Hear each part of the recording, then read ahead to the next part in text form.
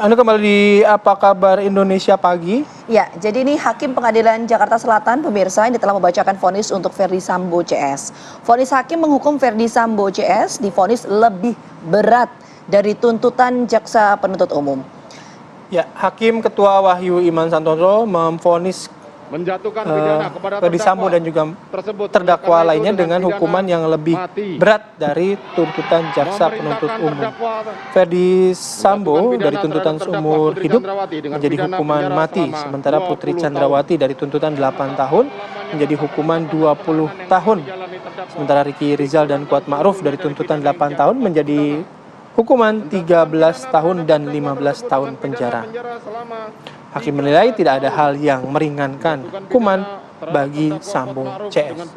Namun dalam perkembangannya kita mendengarkan banyak sekali pendapat-pendapat yang menyebutkan bahwa vonis terhadap Ferdy Sambo ini masih memiliki celah, terutama dihubungkan dengan pemberlakuan KUHP baru.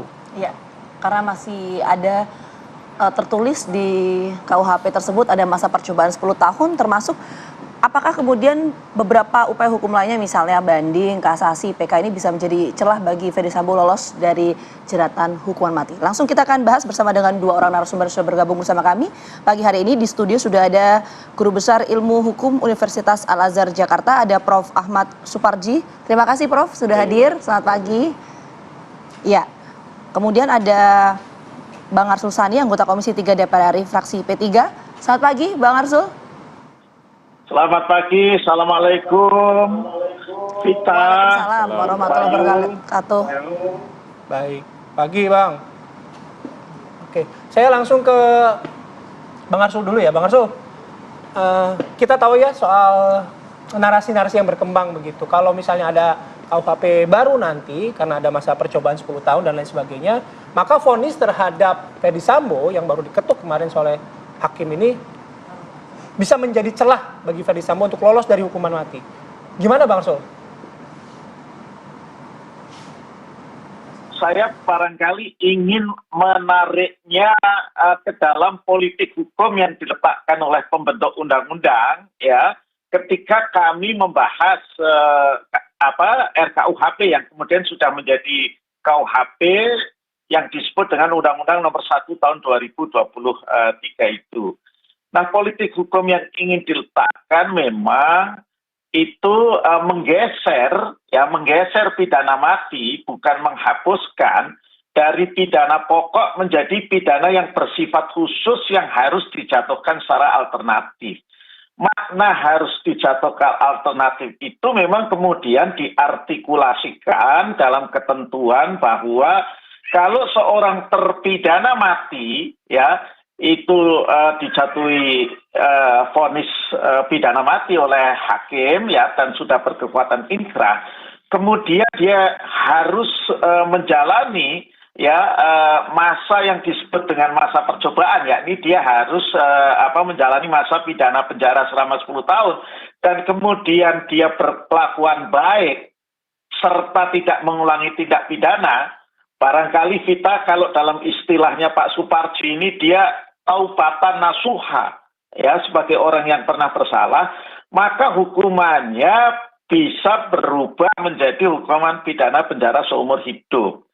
Nah, masalahnya kemudian dalam kasus Ferdy Sambo ini, kalau kita kaitkan dengan KUHP baru, sebagaimana yang diatur dalam pasal 100, ya, itu di sana di dalam pasal 100 ayat 2, ya, pidana mati yang kemudian disebut dengan masa percobaan selama 10 tahun itu harus dicantumkan dalam putusan pengadilan. Nah, dalam putusan Pak Ferdy Sambo kan tidak dicantumkan. Pertanyaannya kemudian, apakah kemudian dengan demikian kalau nanti setelah melalui proses hukum yang panjang, banding, kasasi, mungkin juga PK, sampai gerasi nanti upaya hukum luar biasa, itu dengan ketentuan pasal 100 ini akan berlaku, ya, karena ada ayat 2 itu. Nah, nanti Prof. Suparji itu yang lebih ahli untuk menerangkan. Tetapi memang semangat hukum pidana ini kalau ada perubahan ketentuan dan ketentuan baru itu lebih menguntungkan, ya, lebih menguntungkan terdakwa, tapi ini selama dalam masa proses hukum, maka yang berlaku adalah ketentuan yang lebih menguntungkan terdakwa. Jadi itu, ya. Nanti analisis lebih dalamnya secara keilmuan hukum pidana biar Prof. Suparji aja. Gitu. Makasih. Kita tangkap poinnya. Saya mau ke Prof. Suparji langsung berarti. Kalau tadi Bang Arsul mengatakan bahwa di dalam putusan majelis hakim tidak disebutkan masa percobaan 10 tahun. Ini apakah kemudian dapat diartikan bahwa RKUHP yang baru ini tidak bisa diterapkan dalam kasus Ferdy Sambo? Ya, memang secara jelas dinyatakan bahwa KUHP baru, Undang-Undang 1 2023, baru berlaku 3 tahun yang akan datang. Saya kira itu sudah clear, terang benderang, kemudian tidak perlu diperdebatkan lagi.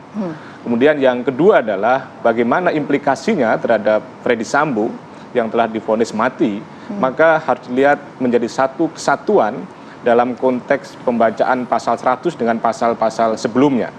Bahwa selain politik hukum untuk menggeser pidana mati kemudian sebagai pidana khusus dengan alternatif tadi, pada prinsip dasarnya adalah bahwa ada filosofi hukuman mati itu sebagai satu vonis yang kemudian dilakukan sebagai alternatif terakhir dengan terhadap tindak-tindak pidana yang kemudian membahayakan kehidupan bangsa dan negara.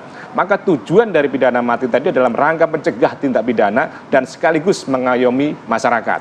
Nah, kemudian yang kedua adalah dengan masa percobaan 10 tahun tadi harus secara eksplisit dicantumkan dalam putusan pengadilan, misalnya adalah pengadilan negeri. Dan kemudian menurun gradasinya menjadi pidana seumur hidup. Jadi tidak kemudian konteksnya begitu berkelakuan baik dan kemudian dapat surat dari Kalapas, bukan itu sebetulnya, tetapi adalah berkelakuan baik dalam konteks ada keputusan presiden dengan pertimbangan Mahkamah Agung. Jadi keputusan presiden setelah berdasarkan pertimbangan Mahkamah Agung dan kemudian menurunnya bukan menurun bebas tapi adalah menjadi seumur hidup. Jadi dalam hal ini bahwa kalau kita cermati untuk kasus Ferdy Sambo dengan hitungan ya, dengan hitungan banding, kasasi ya, kemudian PK ya, terutama banding dan kasasi, maka KUHP baru belum diberlakukan sehingga tidak mempunyai implikasi kepada Ferdy Sambo. Karena apa? Masa banding ada tenggang waktunya, masa kasasi ada tenggang waktunya, harus segera selesai. Selama selesai ini masih KUHP belum diberlakukan. Gitu. Termasuk begini, Prof, pertanyaan saya tadi. Ini kan majelis hakim tidak memberikan putusannya dalam vonis kemarin bahwa akan ada masa percobaan 10 tahun. Nah, itu apakah kemudian artinya bisa disimpulkan bahwa memang betul bahwa RKUHP ini betul-betul tidak bisa diterapkan di kasus Ferdy Sambo? Ya, pertama memang hakim tidak menerapkan hukuman mati dengan percobaan tadi itu. Karena memang KUHP belum berlaku dan acuannya adalah 340. Kemudian yang kedua adalah masa 3 tahun ini memang jelas sudah terang belum diberlakukan KUHP baru. Artinya apa? Kepada Ferdy Sambo itu adalah tidak bisa berimplikasi kepada yang bersangkutan. Memang akan menarik ke depan adalah misalnya ya proses banding atau kasasi nanti itu cukup lama sehingga KUHP baru sudah diberlakukan. Tetapi kalkulasinya kan tidak sampai 3 tahun kasasi itu putus. Oleh karenanya tidak akan berdampak kepada yang bersangkutan bahwa revisi putusan pengadilan negeri kemarin itu akan bisa dilakukan misalnya menjadi seumur hidup jika memang dikabulkan oleh banding atau kasasi atau kemudian peninjauan kembali. Tetapi kalau kemudian menggunakan implikasi 1/2023 saya kira adalah tidak relevan gitu. Tapi kalau misalnya karena ada proses berikutnya ada banding, kasasi dan lain sebagainya gitu. Apakah nanti yang dilihat, kalau misalnya Prof tadi bilang karena di pengadilan kemarin itu hakim tidak mencantumkan soal masa percobaan, katakanlah begitu ya, nanti di proses berikutnya ada masa percobaan, itu masih tetap relevan dengan yang KUHP baru atau bagaimana Prof? Ya, tergantung putusan banding itu sudah KUHP baru atau terlaksana atau belum. Artinya ini 3 tahun. Kan banding ada jangka waktunya, ya 3 bulan, kemudian 5 bulan harus segera diputus dalam konteks banding secara normatif ya, bahwa mestinya cepat diputuskan, segera ada kepastian hukum.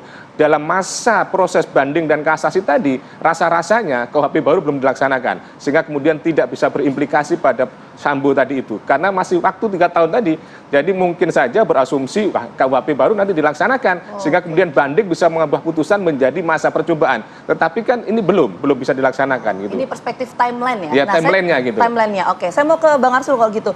Karena kan gini, pengesahan dari RKUHP kemarin tanggal 6 Desember, betul ya kalau nggak salah ya, 6 Desember 2022 ini kan adalah pemerintah dan juga DPR. Saya ingin tanya, untuk penerapan dari RKUHP ini, Bang Arsul, apakah ini memang berlaku untuk kasus hukum sebelum RKUHP itu disahkan, atau bagaimana Bang Arsul dari teman-teman DPR? Begini, jadi kalau kita pakai timeline kita ya, berarti RKUHP ini yang sekarang sudah menjadi KUHP baru itu ya, itu akan berlaku di 6 Desember 2025 ya. Pertanyaannya itu kemudian ketika berlaku hal yang baru itu seperti apa? Nah, memang secara spesifik ya dalam kasus atau keadaan seperti kasusnya Verdi Sambo itu KUHP secara spesifik tegas itu tidak mengatur. Tetapi tadi saya katakan ya ketika kemudian ada perubahan hukum, prinsip dalam hukum pidana itu kemudian yang lebih meringankan memang itu yang harus diterapkan ya, tapi itu kan dipahami ketika proses hukum sedang berjalan, proses peradilan ya. Nah, ketika kemudian proses peradilannya sudah selesai, katakanlah putusannya sudah inkrah, sudah berkekuatan hukum tetap, maka ya itu bagaimana? Nah, sekarang kita harus lihat pada kemungkinan kalau itu, karena secara tegas saya melihat tidak ada kemudian itu tercover di dalam KUHP ya. Nah, tadi sudah dikatakan oleh Prof. Suparji, kalau sampai kasasi memang belum akan berlaku KUHP itu, karena kasasi banding dulu ada batasnya, dan itu kalau dikaitkan dengan masa penahanan pengadilan tinggi itu kan 30 plus bisa diperpanjang sampai maksimal 60, jadi 120. MA juga begitu ya. Nah, hemat saya, maka kemudian kita akan melihat bagaimana sebetulnya kemudian politik hukum kita. Nah, Vita, kalau kita lihat saat ini yang jelas pasti belum berlaku atau bahkan belum disahkan ya KUHP baru, itu ada lebih dari 200 terpidana mati yang belum dieksekusi ya. Pemerintah kita atau eksekutor putusan pidana dalam hal ini kejaksaan, quote unquote itu menerapkan prinsip moratorium. Ini yang sering juga dikritisi oleh kami di DPR ya, karena pidana mati itu masih merupakan hukum positif ya, tetapi itu kemudian tidak dilaksanakan, terutama ketika itu terjadi pada kasus-kasus narkoba misalnya atau terorisme. Nah, itu adalah realitas dari pelaksanaan hukum kita pada saat ini.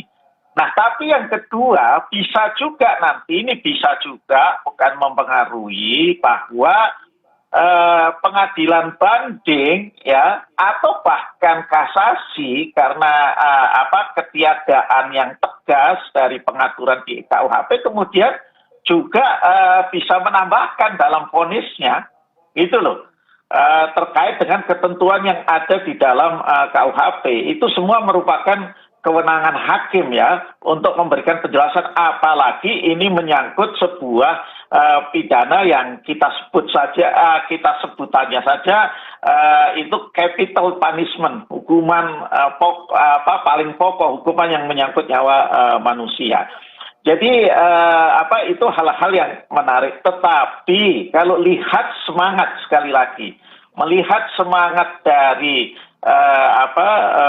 kejaksaan saat ini yang tidak juga mengeksekusi sekian ratus orang-orang terpidana mati yang ada dalam masa tunggu itu, maka ya ada kemungkinan. Tetapi prosedurnya juga tidak kemudian gampang seperti yang ada di ruang publik. Wah, ini nanti bisa main mata sama kalapasnya dan kemudian bisa berubah. Saya kira yang dijelaskan Prof. Suparji tadi sudah jelas.